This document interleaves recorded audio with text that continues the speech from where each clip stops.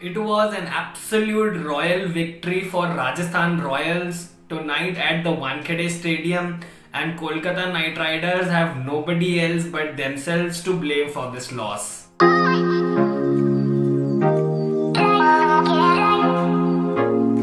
Vivo IPL 14 के 18वें match में इस शनिवार को आमने सामने थी संजू की सेना और मॉर्गन के महारथी। और आखिरकार एक बड़े अंतराल के बाद संजू सैमसन की राजस्थान रॉयल्स ने कोलकाता नाइट राइडर्स के ऊपर दर्ज की एक बहुत ही कन्विंसिंग जीत।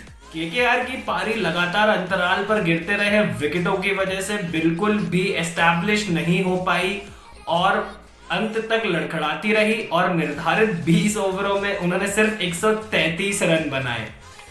आश्चर्य की सबसे बड़ी बात यह थी कि पिछले मैच में धुआंधार बैटिंग करने वाले उनके मस्क्यूलर ऑलराउंडर वेस्ट इंडीज के ऑन्ड्रे रसल 16वें ओवर तक डगआउट में बैठे रहे।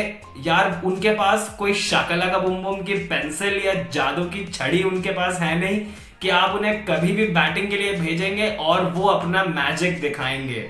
ऑन्ड्रे रसल भी आज के मैच में कुछ नहीं कर पाए और सिर्फ 9 रन बनाकर वापस पवेलियन को लौटे। यहां मैं क्वेश्चन करना चाहूंगा केकेआर के सिलेक्शन को, टीम सिलेक्शन को। आप जब 4 शुरुआती मैचों में 3 मैचेस हार जाते हैं तो आपके पास बहुत कम समय होता है टर्न अराउंड करने के लिए अपने फॉर्च्यून्स को। और ऐसा लगता है यार कि केकेआर ऑयन मॉर्गन की कैप्टनसी में कुछ खास इस साल शायद ना कर पाए और प्लेऑफ्स के लिए भी क्वालिफाई शायद ही कर पाए। राजस्थान के लिए उनके सभी गेंदबाजों ने आज बेहतरीन स्पेल्स डाले, फिर चाहे वो जयदेव उनादकट हो, चेतन साकरिया हो या फिर हो मुस्तफिजुर रहमान। लेकिन एक नाम ऐसा राजस्थान रॉयल्स की टीम में इस बार शुमार हुआ है जिसने एक मैच अपने अकेले दम पर बल्ले के साथ जिताया और आज के मैच में भी उन्होंने बेहतरीन स्पेल डाला। क्रिस मॉरिस की हम यहाँ बात कर रहे हैं। उन्होंने अपने 4 ओवर के स्पेल में 23 रन देकर 4 बेहतरीन विकेट्स अपने नाम किए और राजस्थान रॉयल की इस नवाबी जीत का बेस रखा। केकेआर की बैटिंग की एवरेज परफॉर्मेंस या यूं कह लीजिए बिलो एवरेज परफॉर्मेंस के बाद बारी थी उनके गेंदबाजों द्वारा भी निराशाजनक प्रदर्शन की। ओपनिंग के लिए जॉस बटलर और इस बार मनन वोहरा की जगह टीम में शामिल किए गए भारतीय उभरते युवा बल्लेबाज यशस्वी जायसवाल। जॉस बटलर को यार पैट कमिंस ने एक बॉल जो यहां पर मारी उसके बाद वो बिल्कुल ही अपने लय में नहीं दिखे और 5 रन करके एक बार फिर फेल होकर डगआउट में जाते हुए नजर आए। यशस्वी जायसवाल का साथ देने आए कप्तान Sanju Samson and it was an absolute Sanju Samson innings from the captain of Rajasthan Royals. Sanju Samson जाने जाते हैं बड़े हिट्स मारने के लिए, चाहे वो डाउन द ग्राउंड हो चाहे वो लेग साइड पे हो। लेकिन आज संजू सैमसन ने एक कप्तानी पारी खेली।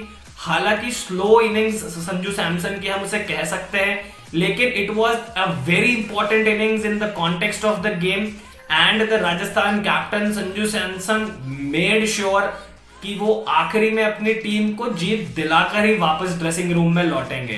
कोलकाता नाइट राइडर्स को इस मैच में बने रहने के लिए जरूरत थी लगातार विकेट्स की, लेकिन उनका कोई भी गेंदबाज इतनी प्रभावशाली तरीके से गेंदबाजी नहीं कर पाया और नतीजा ये रहा कि केकेआर ने एक और मैच एक बड़े मार्जिन से हारा और राजस्थान रॉयल्स ने एक बहुत ही जरूरी जीत दर्ज की और 2 अंकों के साथ में 8वें पायदान से उठकर वो अंक तालिका में अब 6ठे पायदान पर 4 अंकों के साथ में जा बैठे हैं। राजस्थान रॉयल्स के लिए जहां उनके कप्तान संजू सैमसन ने एक 42 रनों की नाबाद और सूझ समझ से समझदारी से भरी हुई पारी खेली, वहीं दूसरी तरफ शिवम दुबे और यशस्वी जायसवाल दोनों ने 22-22 रनों का योगदान दिया और अंत में खेलने आए डेविड मिलर ने 24 रनों की पारी खेल संजू सैमसन के साथ मिलकर राजस्थान रॉयल्स की इस जीत की नैया को पार लगाया।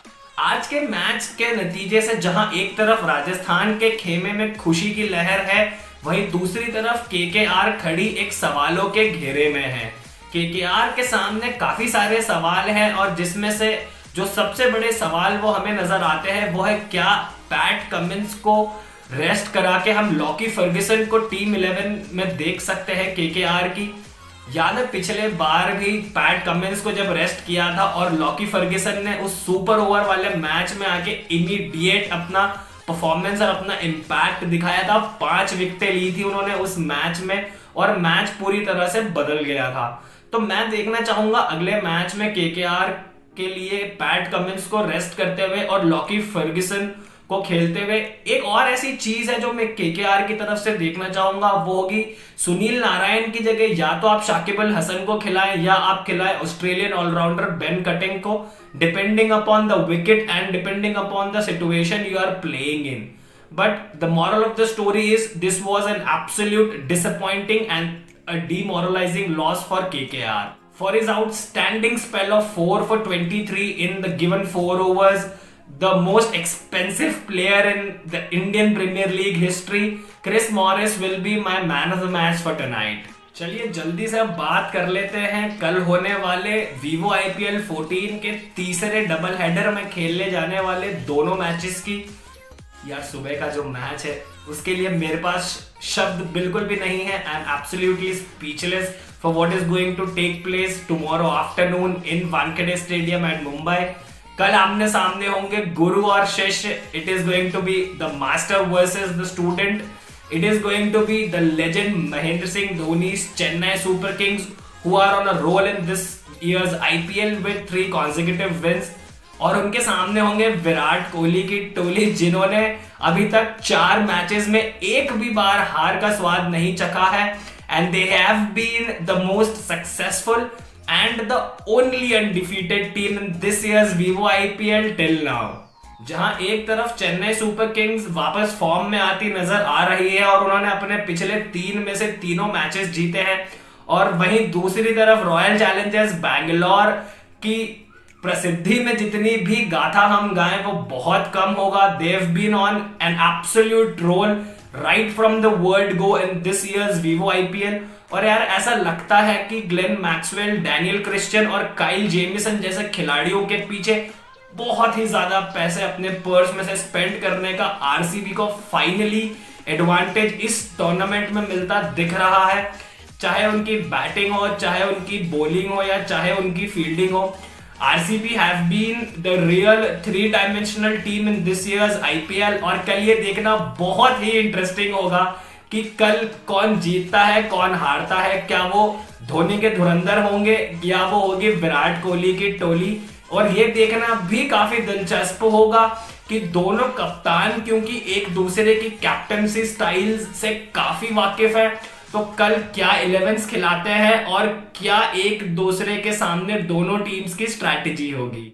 और चेन्नई सुपर किंग्स और रॉयल चैलेंजर्स बैंगलोर के बीच में कल खेले जाने वाले दोपहर के मैच के बाद इस साल के Vivo IPL में हम मुंबई के वानखेड़े स्टेडियम को कहेंगे टाटा गुड बाय, और वहां से ये कारवां शिफ्ट होगा अहमदाबाद और दिल्ली में। और उसी तरह जो शाम का मैच होगा चेन्नई के MS चिदम्बरम स्टेडियम में, वो होगा डेविड वार्नर के वीर, जहां सनराइजर्स हैदराबाद जिनका फाइनली सनराइज हुआ पिछले मैच में पंजाब किंग्स के खिलाफ, और उनके सामने होंगे एक बहुत ही युवा कप्तान द्वारा बेहतरीन तरीके से नेतृत्व की जाने वाली दिल्ली कैपिटल्स।